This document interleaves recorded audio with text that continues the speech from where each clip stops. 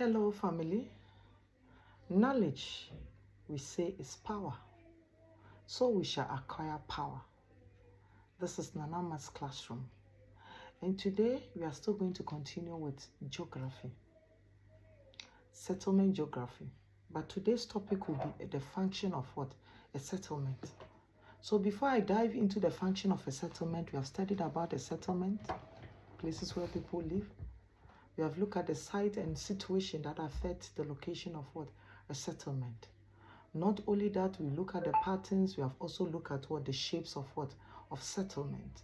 So today we'll be looking at what we call the function of what? A settlement. Function of what? A settlement. So what do we mean by a function?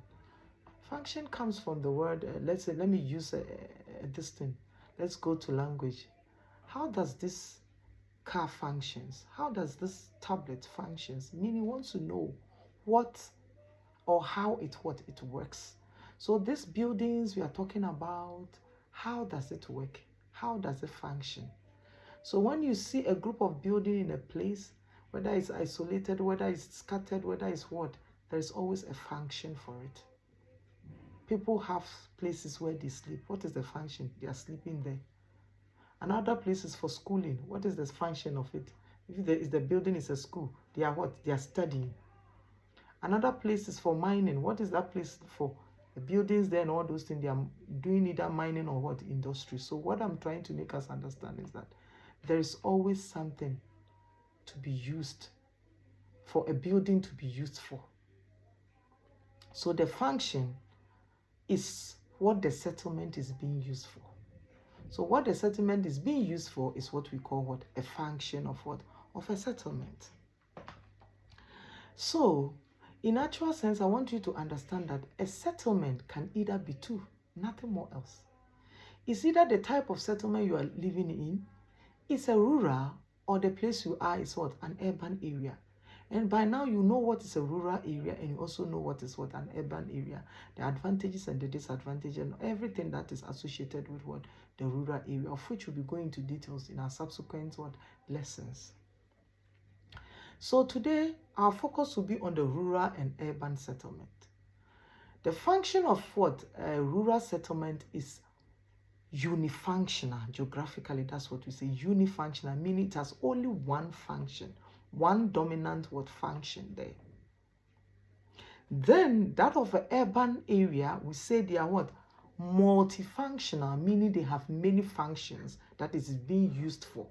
That is why we say they are what? Multifunctional. Here we come to the economic activities. People are living in that settlement. There is a work they are doing. Every work that one is doing is assigned into 4 economic activities. The first economic activity is called a primary economic activity. The second one is called the secondary economic activity. The third one is called the tertiary economic activity. Then the fourth one is called the quaternary economic activity. We normally call it the hidden activity. So there are people who are working in the primary economic activity. So the settlement used in the rural settlement or the rural area is mostly into what? Primary economic activities. And the primary economic activities like farming, agriculture, gaming, hunting, mining. That is what predominantly the people are living there are doing. So the settlement or the buildings or wherever they are used, or they use it for what? Primary economic activity. That's why we say only. That's why we say it is what? Unifunctional.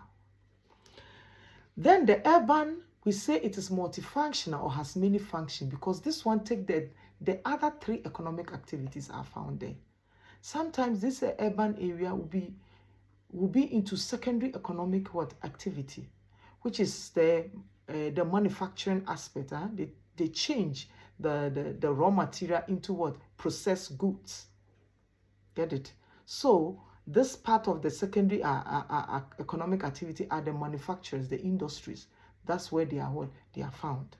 When the primary economic activities are bring out their resources, they give it to the secondary economic activities. People are into secondary economic activities to work. or to change it into a finished product so that it will be having what you call more value added tax.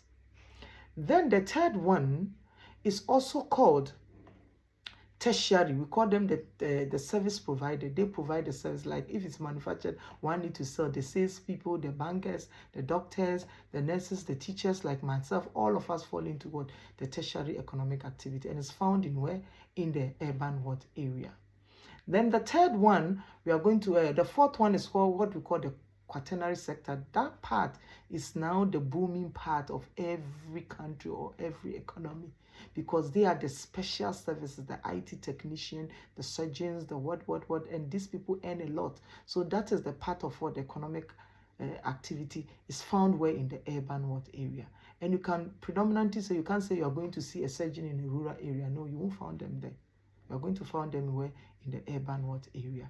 So the function of these places are what? Multi-what? Functional. Let me go into more deeper for you to what? To understand that. Like I was saying, the rural area is what? Unifunctional. So what are some of the buildings you are going to find there? We find farmstead, isolated farmstead, you have hamlet, you have villages. Generally, all these people are called, all these places are called rural, so they fall there, and their category or their function is unifunctional. So the type of settlement pattern found in what the rural area can either be what dispersed or what nucleated. Some places are dispersed, some places are what nucleated. You know what is a nucleated and a dispersed settlement? I explained to you, sorry, when I was what explaining the patterns of a settlement to you. Then the urban area, I told you the functions are multifunctional. They're into secondary, tertiary, and quaternary what services. So I want to tell you that there are many varieties of function that is found there. You find shops, you have schools, places, worship area, hotels, factory, post office, many other things you are going to see in the what urban what settlement. So that should tell you the functions that they are operating what in.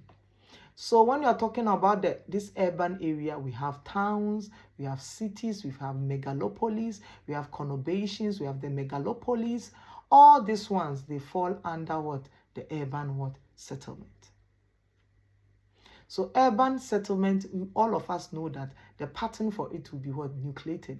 The buildings are always close to each other. Everybody wants to be there.